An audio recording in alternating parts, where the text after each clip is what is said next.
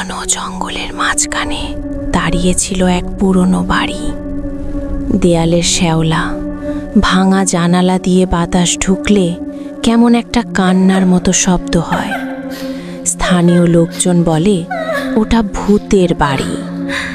সূর্য ডোবার পর কেউ ওই পথে যায় না, কিন্তু সেই রাতে পথ হারিয়ে সেখানে এসে পড়ে একটি ছেলে আর একটি মেয়ে।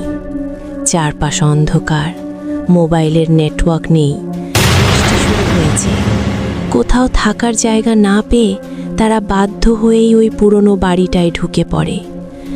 ভেতরে ঢুকতেই দরজাটা ঝাঁ করে বন্ধ হয়ে যায়। মেয়েটার বুক কেঁপে ওঠে।